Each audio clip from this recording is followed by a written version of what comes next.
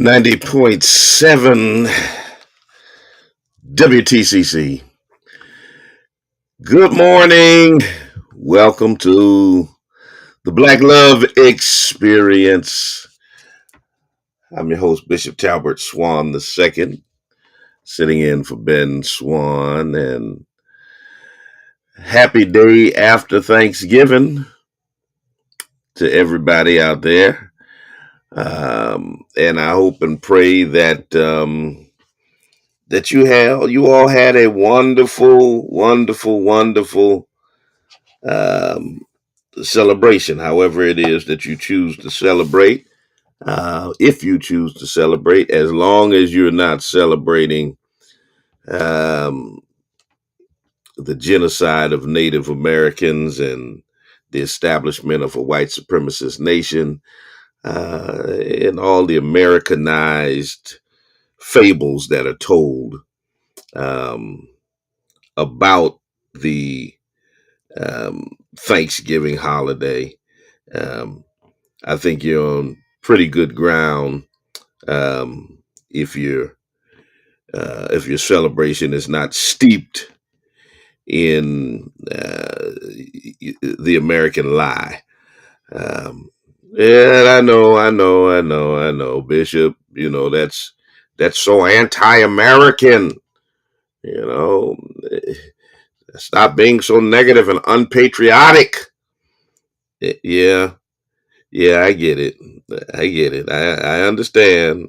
For those of you who are caught up in that, um, yes, it has nothing to do with being anti-American or non-patriotic. I think it's anti-humanity um, to celebrate um, what happened in America and to not be honest about it. That's all. You know, I just want folk to be honest about it. You know, I remember when my daughter Shannon was young and went to school and kind of messed the teachers up by, when they were teaching them that usual Americanized history when Columbus sailed the ocean blue in 1492 or however the rhyme goes, and she brought up him slaughtering Arawak Indians, Native Americans, and um, the teacher was kind of taken aback by that. But I'm one who believes that we ought to teach young people the truth. This push in this nation um, to teach a fantasy, um, a romanticized version um, of America, to basically lie to children about what this nation has been, does a disservice. It does a disservice to them and does a disservice to the nation in terms of really not being able to change what this nation has been or is because of continuing on with the lie. And we don't want to do that. We want to tell the truth, right? Of course we do. Anyway, 413-337-1867. It's going to be open forum morning this morning. Um, you can give me your Thanksgiving greetings, your holiday greetings. I don't know who's been out there Black Friday shopping. I'm sure some of y'all at least have done it online. Hopefully, you guys didn't run out to the malls and were standing up in line at midnight and all of that kind of crazy stuff. I don't know. I don't know, but I suspect some of y'all might have been. But in any case, we'll be right back. Stay with us. Don't go nowhere. Tell somebody the bishop is on the air. Come on and join us on the Black Love Experience.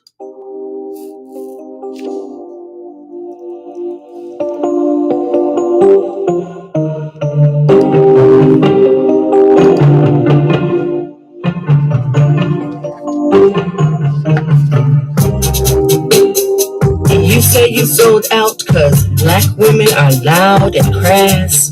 What? And your precious white woman is the epitome of class? Are you so blind that you cannot see? That pale girl child ain't got nothing on me. For hundreds of years we have stood by your side, accepted your flaws and allowed you your pride, bore your children and cleaned up your mess, satisfied your lust and always settled for less. We have stayed in the background and allowed you to lead, trusting in your strength and ability to succeed, never getting the praise and credit we deserve, but having the courage, the will, and the nerve, for being the backbone that has kept it together, for you and our children in all kinds of weather. And now suddenly you say we're not good enough for you. We forced you to sell out because of the things we did. Well, where was that white woman when that white man you hate was cracking the whip? In the boardroom, the warehouse, and on the slave ship. She stood by his side and didn't say a word, waiting for her own chance to rule and be heard. And now it's her you turn to and treat like a queen, and me and my sisters you choose to demean. Well, hold up, wait a minute, and stop the damn bus. Because there are a few things I need to remind you about us. Listen up. A more beautiful creature God never made than an African woman, no matter her shade. High, yellow, red bone, or cocoa brown, we are more than worthy of wearing a crown. Ebony, mocha, or black as the night, it is we who have always shared in your plight. We are passionate, spiritual, loving, and kind. A more generous heart you'll never find than the one that beats inside the body of a Nubian queen, the hardest working, loving, giving woman you've ever seen. For we give and forgive until there's little left. Then we're forced to put up our guard to avoid your theft. The theft of our hearts and our trust, the very nature of our soul, by our so-called brothers who are just playing a role. And you wonder why some of us act as we do? Take a look in the mirror, because the answer is you. It's not enough that the white man has always tried to keep us down, but our own men act as though they'd love to see us drown. And white women have never invited us to join their equal rights struggle. So we're out here alone with a million things we juggle, raising the children that black men leave behind, and dealing with the racism of the daily corporate grind. Damn, it's no wonder some of us are loud. Hell, we're just trying to be heard. In a world where everyone, including our men, ignore our every word. Where are the brothers who understand a black woman's worth? Right here. Who will protect and stand by us, for we are the salt of this earth. We birthed you, raised you, and showered you with love. It was we who taught you to love your creator above. We gave you all we had and taught you to be men. Open your eyes, it is us, your black sisters, not Bo Derek's kind who rate a perfect 10. And one final word for the sellout who claim to be brothers. When you turn your back on us, you disrespect your mothers. Did you hear that? The essence of life is growth, but the essence of growth is change. The being in the road will be the end of the road if you refuse to change. Reach a little higher, dig a little deeper, go a little further, Come on. reach a little higher, Come on, yeah. dig a little deeper, go a little further, Go a little further. Come on, but don't stop. The essence of life is growth, but the essence of growth is change. The being in the road will be the end of the road if you refuse to change. Your life will never change until you get disgusted with where you are. Whatever you don't hate is what you tolerate. You must learn from the past, plan for the future, and live for today. For it is your daily routine that determines your success or failure in life. It's the choices that you have made up until this point that will determine the rest of your life. So break the cycle that doing enough is simply good enough. You only get out what you put in, so don't settle for the crumbs when you can have the whole loaf. So push yourself beyond your limitations. Come on. reach a little higher, Reach a little higher, dig a little deeper, dig a little deeper, go a little further, Don't stop. Don't stop. Come on. Don't Reach a stop. little higher. Reach a little higher. Dig a little deeper. Dig a little deeper. Go a little further. Go a little further. Don't stop. Don't stop. Don't stop. Don't stop. So you gotta break the routine of trying to beat the system. Manipulators will always try to bypass the process for the quick progress. There are no shortcuts to success. There are no elevators to the top. You gotta take it one step at a time. You gotta break the routine of allowing others to get into your head and control who you are and where you're going. You see, when you're about the positive, you're gonna always have haters. But don't let your haters push you down, let your haters push you forward to the next level. So when people show you who they really are, don't perceive them to be something else that they're not. See, a zebra does not change his stripes. So you gotta keep pushing yourself to the next level. Reach a little higher. Yeah, there you go. Come on. Dig a little deeper. Come on. Yeah. Go a little further. Go a little further. Don't stop. Come on. Don't stop. Come on. Yeah. Reach a little higher. Reach a little higher. Dig a little deeper. Dig a little deeper. Go a little further. Go a little further. Come on. Come on. Come on. You gotta understand that greatness is the nature that you were born out of. You'll never discover your greatness without hard work and dedication. Greatness says more about who you are and what you expect for yourself. And greatness will always attract greatness. Show me your friends and I'll show you the future. The future. You just a step away. You're just a step away. You're just a step away. Don't ever give up. Come on. You just a step away. You're almost there. Come on. You gotta push yourself beyond your limitations. You see, there's no mountain too high, no valley too low. You can go where you wanna go. It's all in the power of your imagination. If you can see the invisible, you can do the impossible. So stretch yourself. Take yourself to the next level. Come on, come on, come on. Reach a little higher. Dig a little deeper. Go a little further. Come on, come on, come on. Come on. Reach a little higher. Dig a little deeper. Go a little further. Don't stop, don't stop, don't stop. Come on, yeah. Come on. Come on. Blessings are coming your way. Go a little further. Don't stop. Don't stop until you get your dream. Don't stop. Get your dream. Until you get your dream. Come on. Don't stop. Don't stop until you get your dream. Don't stop. Get your dream. Come on. Yeah. Don't stop. Come on. Come on. Come on. Go further, go. Come on. You gotta go further, go. You gotta go further, go. Don't stop. Don't stop. Don't stop. 90.7 Come on. Come on. WTCC. Good morning, good morning, good morning, good morning to everybody out there. Oh man, it's the day after Thanksgiving, and you know, I was getting, I was getting some good sleep. I mean, you know, the kind of sleep where you don't know what day it is.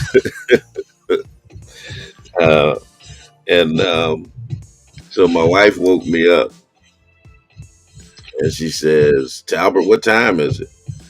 I said, I don't know. You know, I really didn't care.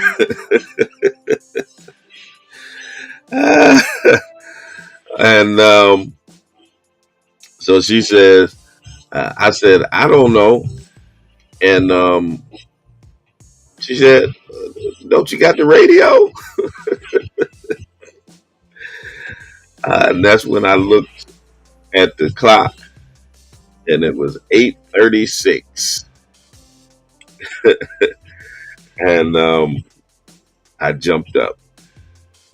Now, the problem with that, I mean, it didn't present a problem today because I just had to run downstairs to the man cave and broadcast right from here because I'm still broadcasting from the place I've been broadcasting from for the last 2+ years. I started broadcasting here in April of 2020 during the pandemic when the station was basically shutting us out of the station because of COVID. And so you do the math, April of 2020. So 2.5 years almost, I've been in my basement, my studio down here. And it's been a wonderful thing because, I've been able to just get out of bed and walk downstairs, walk down to the kitchen, make me a cup of tea, um, and come right down into the man cave and do my radio show, and then you know go from there. After the radio show, I'm still at home, which is a marked difference from what I was used to for 20 years, having to get up early um, and leave early because, especially during the school year, to fight the school traffic, all the school buses and all that kind of stuff, um, to get to the station on time. I say all that to say December 1st, we go back into the studio. Station's been nicely renovated and all that. I just did last week. I did a refresher training on Saturday. For the equipment and stuff. Did a refresher training, and December 1st we go back. So I got one more show. My Monday show will be the last show from the man cave. Uh, anyway, and then back in the radio station, back to getting up early and all that. I would have missed the show today. I would have missed it, but I would have been extremely late. There would have been a lot of dead air today had I got up at 8:36 and had to be in the station broadcasting by 9 o'clock. I definitely would not have been broadcasting on time. I probably would be just getting there now, and that would be only because there's no school today, and the traffic wouldn't have been heavy. I wouldn't have fought the school buses and all of that. So I guess that's my last time being able to get up late and get to the station on time. Y'all pray for me. 413-337-1867. Good morning to each of you. I see you, Angela Thorpe.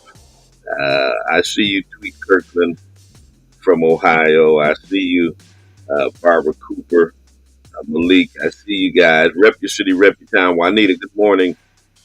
Jennifer, good morning. Marvin Anderson, hey, Frat, what's good with you?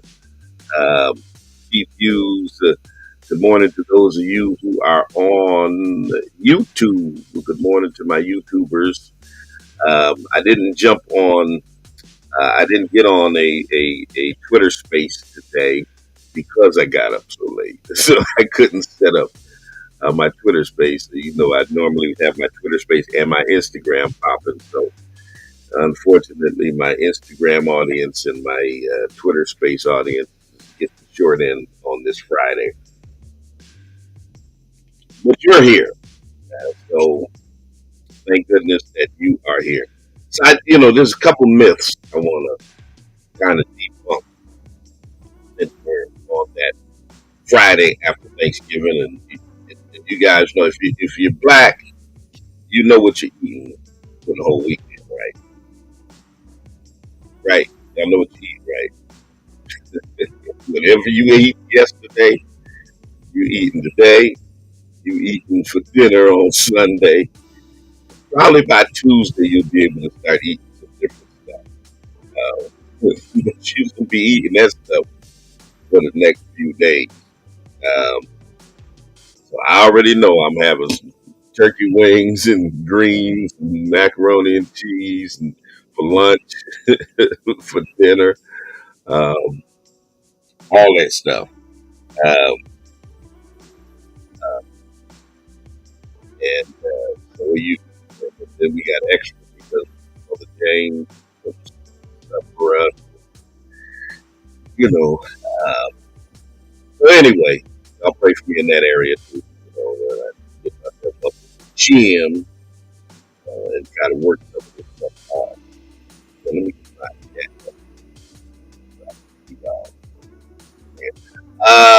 yeah. So here, let's talk about these. Uh, there's a myth. Um, Thanksgiving that friendly Indian. First of all, it wasn't Indian. First, I hate using the term Indian to begin with because you all know where that came from, right? Um, Chris, Columbus. Uh, Chris was a terrible navigator, and um, Trey Hartley, what's up, Frat? Chris Columbus thought he was in India, hence calling those that were indigenous to this land Indian, because that fool thought he was in India. So just calling them Indians is completely mislabeling them to begin with. People who are from India are Indian. Indians, like people from Japan are Japanese. People from China are Chinese. People from America are American. People from Europe are European. But those native to this land are somehow Indians? No, they're not Indians. Um, that's a mischaracterization. It's mislabeling of indigenous people to this. That's we use Native Americans or indigenous. All right. So they claim that those indigenous folks, friendly indigenous folks, as if they were unfriendly to begin with, as if they were the ones who went to Europe and raided them. But the myth goes that the indigenous people, unidentified by their tribe, welcome the pilgrims, and that's another misnomer. And y'all just have to excuse my little diatribe today. You know, First of all, that's another mislabeling.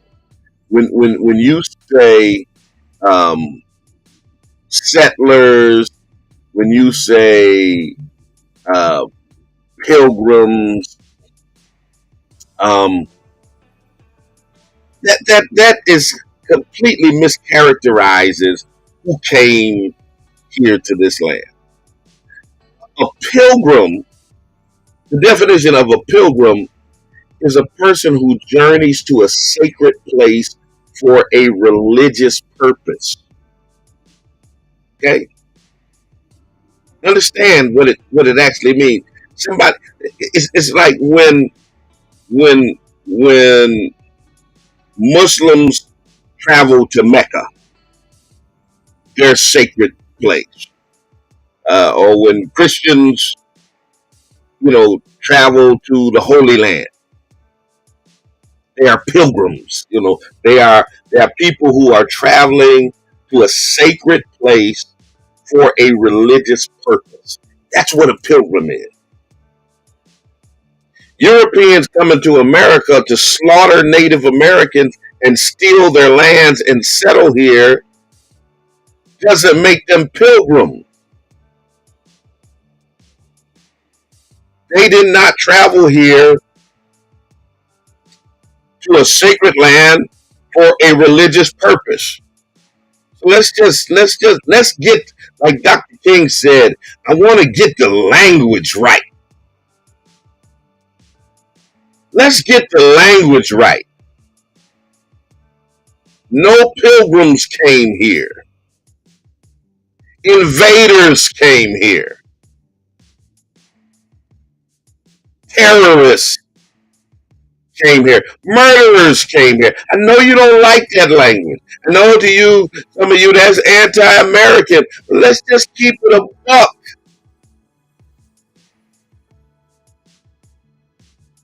They were not pilgrims. Okay? Get the language right. So invaders came connected with indigenous people. And the story of Thanksgiving says the indigenous people welcomed these invaders by teaching them how to live in this new place. And they sat down to dinner with them. And they basically hand off America to white people so they can create a great nation dedicated to liberty, opportunity, and Christianity for the rest of the world to profit. That's basically the Thanksgiving story.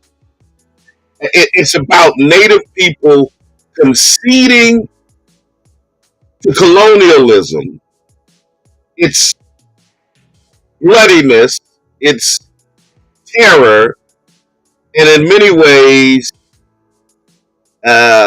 this is nothing more than an extension of the ideology of manifest destiny. The Thanksgiving story is a justification of the story of manifest destiny. That basically God destined for white folk to take over this land and create the home of the free and the land of the brave. And there are poignant inaccuracies in this mythology. This is, you want to talk about Greek mythology and Norse mythology and Egyptian mythology and Mayan mythology. You can't talk about that without talking about American mythology, because this is mythology at its worst. There's some poignant inaccuracies in this story, and one is that history doesn't begin for Native people until Europeans get here. You notice how the history of indigenous people, the history of African people who are in America. I see you, cousin Kang. Good morning. You notice how the history that is told here, that their history doesn't start until their interaction with Europeans. The history of indigenous people didn't start until Europeans got here. The history of Africans didn't start until Europeans went over there and captured them and put them on slave ships, and brought them through the Middle Passage, and start dropping them off in the Caribbean and in North America to enslave them. That's the first inaccuracy in this story. Understand, people had been in the Americas for at least 12,000 years. Okay, 12,000 years. And according to some native traditions, since the beginning of time. And having history start with Europeans is basically a way of dismissing all of that, dismissing 12,000 years of history. And Africans had come here long before Europeans got here. Matter of fact, there were a number of Africans that were indigenous to this land, that were enslaved here, that didn't come on ships from Africa, who were already here and enslaved. That's the story that they won't tell you. So by making history not start until Europeans show up on the scene is a form of erasure, a way to dismiss and erase the history of non-white people, as if our existence doesn't matter until we come into contact with them. Another poignant inaccuracy is that the arrival of the Mayflower was some kind of first contact episode. It wasn't. All right. Wampanoag, that's a tribe of indigenous people, had a century of contact with Europeans. Okay? They had been in contact with Europeans for 100 years. It was bloody. It involved slave raiding by Europeans. At least 2 and maybe more Wampanoag tribes were involved in conflict with Europeans. And when the invaders arrived, they already spoke English. They had already been to Europe and back. All right? They knew the very organizers of the invaders' venture. This is the history they don't teach in school. This is the history that most adults don't even know. And maybe most poignantly, in terms of inaccuracy, using this myth of a shared dinner, or Thanksgiving dinner, as a symbol for colonialism, had it completely backwards. All right. Now there is a level of accuracy that the Wampanoag leader, Osamoquin, did reach out to the Europeans at Plymouth and wanted an alliance with them. But it's not because he was trying to be friendly toward them or wanted to concede to their occupation of the land. It's because his people had been decimated by disease that they brought here. Okay? And he saw them as an opportunity to fend off his tribal rebels. But that's not the stuff of Thanksgiving patches. The Thanksgiving myth doesn't address the deterioration of this relationship culminating in one of the most horrific colonial wars on record, known as King Philip's War. And it doesn't address Wampanoag survival and adaptation over the centuries, which is why they're still here to this day, despite the odds and despite the attempts to genocide them. We've got to do a better job of actually learning history and understanding what actually happened. And so for a while, folks had been celebrating Thanksgiving in a way that didn't involve feasting. It actually involved fasting and prayer. And in 1769, a group of colonizer descendants who lived in Plymouth, here in Massachusetts, Okay, Malcolm said we didn't land on Plymouth Rock. Plymouth Rock landed on us. So a group of the descendants of colonizers who lived in Plymouth felt like their cultural authority was somehow slipping away because New England had become less relevant within the colonies. Uh, and they wanted to boost tourism, so they started to plant the seeds of the idea um, that they were the fathers of America. And what really made it the story is that a publication mentioning a so-called Thanksgiving dinner was published by the Reverend Alexander Young, and it included a footnote that said, "This was the first Thanksgiving, the great festival of New England." Yeah, I live in New England, so our teachers and stuff taught us all of this mythology. I live in Massachusetts, where Plymouth is. Um, People picked up on this lie, and the idea became widely accepted. And so Abraham Lincoln declared it as a holiday during the Civil War. Declared Thanksgiving a holiday. All right. And the rest is history.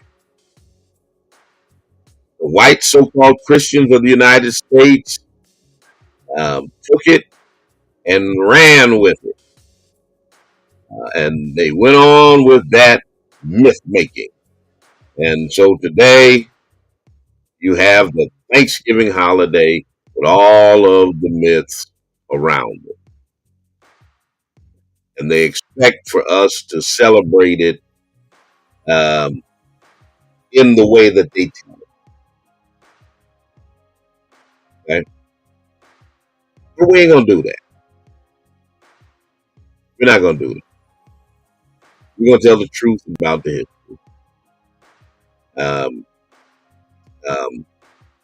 We're going to teach our children and our grandchildren what really happened.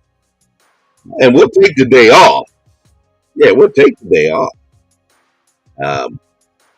But we're gonna take it off and celebrate it in a way that makes sense to us. Good morning, baby girl. I see you with. Guess my grandbaby's for me. Um, um, so anyway, I decided I was gonna get up on my soapbox and talk about the truth of Thanksgiving, which I've done periodically over the years. After these holidays, I do the same thing when Columbus Day rolls around. Um, about Columbus sailing the ocean blue in 1492 and all of that foolery. Yeah, we're not doing that. We're not doing that.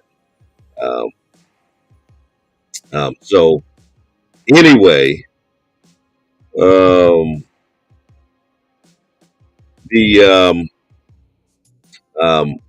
the holiday for us is something completely different. It's a time that we're thankful uh, for the blessings that we have, for the family that we have, um, for life, health, and strength, and all of that kind of stuff.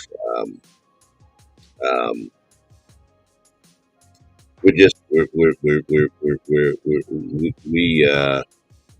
we have a different perspective, and it ain't got nothing to do with America. Matter of fact, it has to do with being thankful to God for protecting us from the brutality and the tyranny of America. That's really what it has to do with.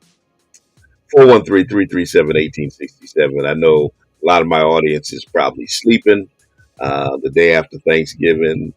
And I don't blame him because I'm gonna be honest. If wifey had not said, "What about the radio today?" I'd still be laying in the bed, sleep right now. Okay, for real, for real. I hear you, David. Um, yeah, the Pilgrims. I can't call them the Pilgrims. Can't call them the Pilgrims. They were invaders. They did not come to a sacred land for a religious purpose. That wasn't it. That was not it. That wasn't their purpose, and we ain't gonna pretend that was their purpose at all. Okay, at all. Take a short break, and I'll be right back on the other side. Here's a little bit more of Rhonda Swan, and this one is "I Like What I See." Probably my favorite spoken word piece by her. We'll be right back.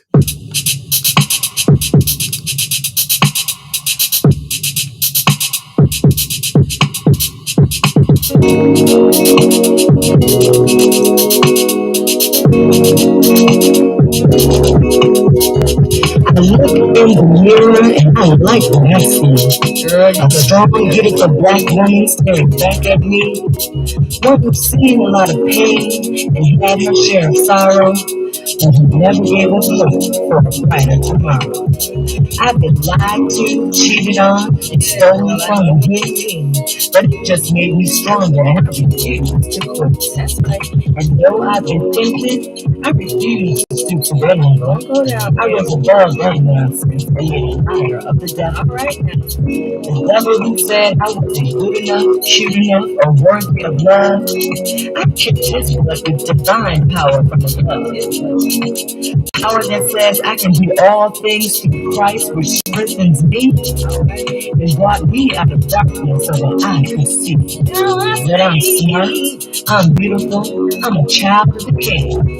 Abundant love for me, He came to bring. Oh yes, when I look in the mirror, I love what I see. That strong, beautiful black woman is me.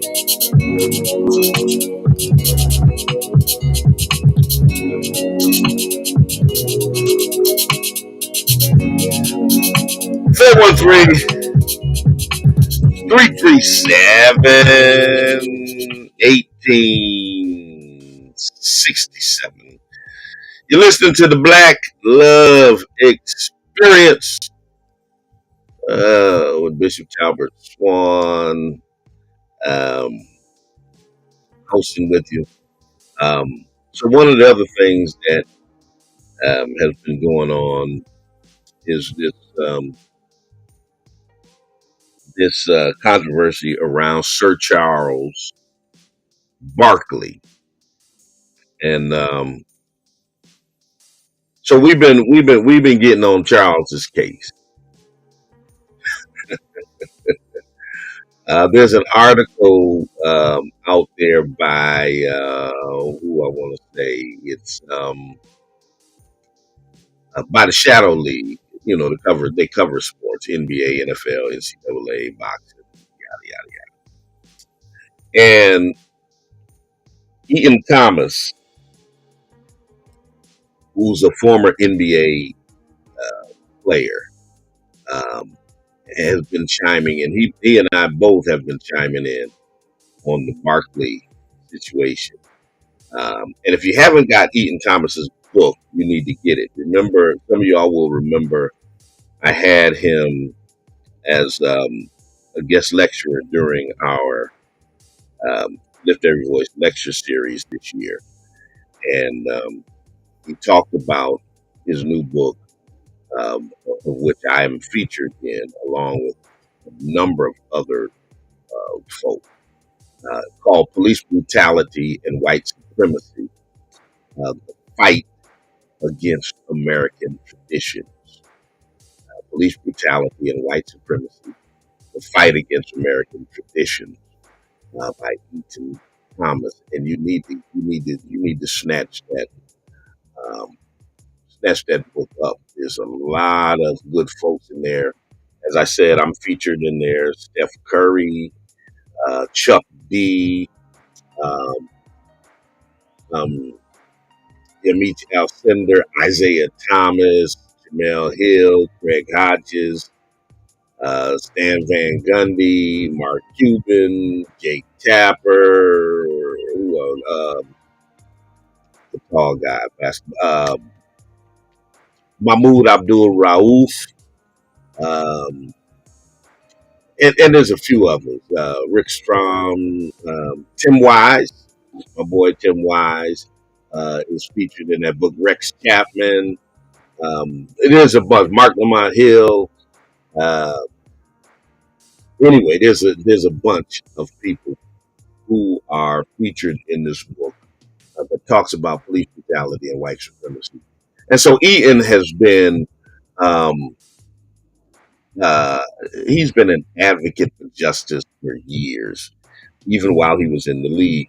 Matter of fact, it was the New York Times that wrote before there was uh, Colin Kaepernick, there was Eaton.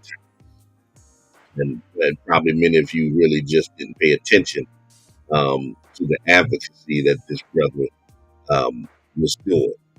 Um, um, and so this article that is out um, by the Shadow League talks about Charles Barkley getting on CNN and talking about how black people treat the LGBTQ community worse than everybody else. And the byline says Eaton Thomas has had enough of the shucking and jive. So Eaton goes in on Barkley about it. I talked about my comments about it as well. But here's the thing. This isn't the first time. Because Eaton Thomas has been letting Barkley have it for years. And now some of you probably have forgot, but after Ferguson, the Mike Brown was murdered by Darren Wilson in Ferguson. Ferguson really was the murder of Trayvon Martin that really started the Black Lives Matter movement. But it was the murder of Mike Brown and the protest in Ferguson after that really gave it wings. And when they were protesting in Ferguson, Mike Brown's murder,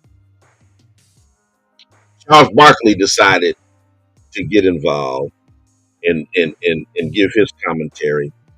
And Charles, he praised the police. He praised the grand jury for refusing to indict the cop that murdered Mike Brown. And he called the Ferguson protesters scumbags. Yeah, this is Charles Barkley.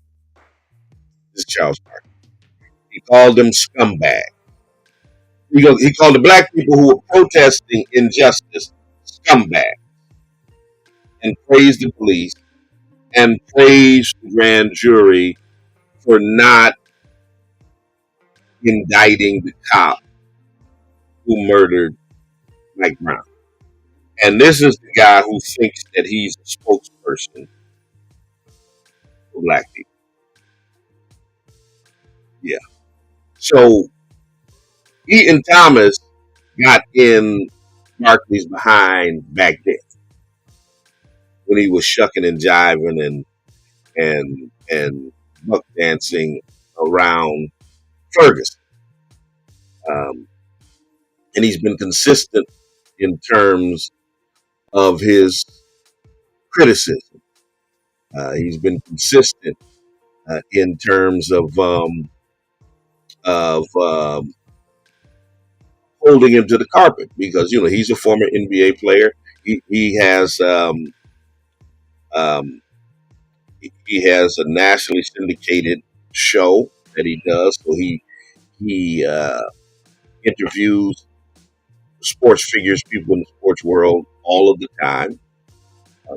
He writes about what's happening in the sports world, and he tackles all of that stuff. So he is the uh, um, quintessential source for sports news, and so he slammed Barkley. Um, he's holding him to the carpet, and I'm just in a world of Charles Barkley's and Shaquille O'Neal's and folk who keep on um, shucking and jiving and buck dancing and all of that kind of stuff. Um, I'm grateful for a brother like Ethan Thomas, for real. Because he's with when you even got Kareem Abdul-Jabbar out there tap dancing. Um, all these guys jumped on the bandwagon to slam Kyrie Irving and all that stuff. So I'm grateful that we got a brother like Eaton Thomas that's keeping it a buck, um, telling it like it is, all that. So look that article up if you have. Matter of fact, I'll put it in the I'll put the link in the chat section, um, so you guys have it. Um, yeah, so check that out. And if you don't follow him, um, you need to go follow him. Follow him on whatever your social media choice is. But he's on Facebook, he's on Twitter, he's on Instagram. Um, Follow that brother. Uh, he's a good follow. Trust and believe. Um, Once again, somebody's asking for the name of the book. The name of the book is Police Brutality and White Supremacy. Police Brutality and White Supremacy, the fight against American traditions. Police Brutality and White Supremacy. I'm going to put that in the chat section as well, so you can get that. Um, get that Eaton Thomas book. And like I said, your boy is in there. Check me out. I'm in there. I'm in there. Um, Matter of fact, while I'm doing that, hey, I might as well put a link to my book in there. So while you're getting Eaton Thomas's book, um, check out my book called No More Cursing, destroying um, destroying the roots of religious racism. Uh, no More Cursing, destroying the roots of religious racism. Get that too. Um, that's another one that really deals. I delve into the whole curse of Ham myth, how white folks said black people were cursed by God because of Ham and all of this stuff. Um, so I'm going to put that in there as well. Go on and get that one too. And just do all in all, just do some more reading. Just do as much reading as you can. Um, um, as much reading as you can. That's what you need to do. I don't know if I put that link in there right. Yeah, I kind of ran his name into but just separate from his name and get the link. Uh, it's a good read, y'all. It's a good read, and we need to do more reading, and then we need to read more outside of American publications. Read some of the publications from Europe and other parts. I was just interviewed by publication in London. They're doing a feature on me about Christmas and about the whole white Jesus thing, whitenized Christianity. So they're featuring that with the Christmas holiday. And many of those papers have a better perspective on the reality of American lives, for real. So you need to read it. Good morning, caller.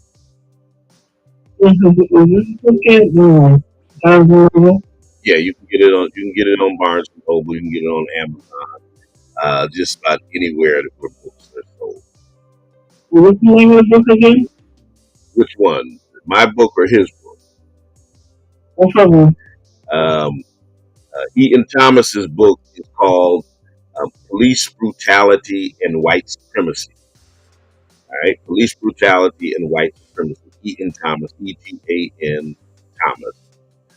My book is called No More Cursing. No More Cursing. And you can get both of those on Amazon, on Barnes and Noble, or wherever the books are sold. Okay, thank you. All right, you're welcome. All right. Well, wow, this hour went real quick. Check me out on Monday. I'll be having my last Man Cave show. The last show in the Man Cave. All right, I'll be back in the studio starting on December 1st. If you're looking for a place to worship and you're in the 413, I see you, Bishop Albert Mays, my friend. Bless you, sir. You're looking for a place to worship, check us out at the Spring of Hope Church of God in Christ. We're located at 35 Alden Street in Springfield, Massachusetts. Sunday morning at 11 o'clock a.m. Prayer, praise, and preaching is going down. You want to be a part of that worship experience. Wednesday, our virtual Bible study is at 7:30 p.m. Check out our website, 413hope.org, or our social media pages. It's always a pleasure hanging out with you guys. Check me out on the Spoken Word, Monday, 9 o'clock a.m. Justice and Flow Hour, 10 o'clock a.m. It's all going down on Monday. All right? Till the next time I talk to you, you talk to me. Always remember, God loves you. So do I. Peace. Enjoy the rest of your weekend.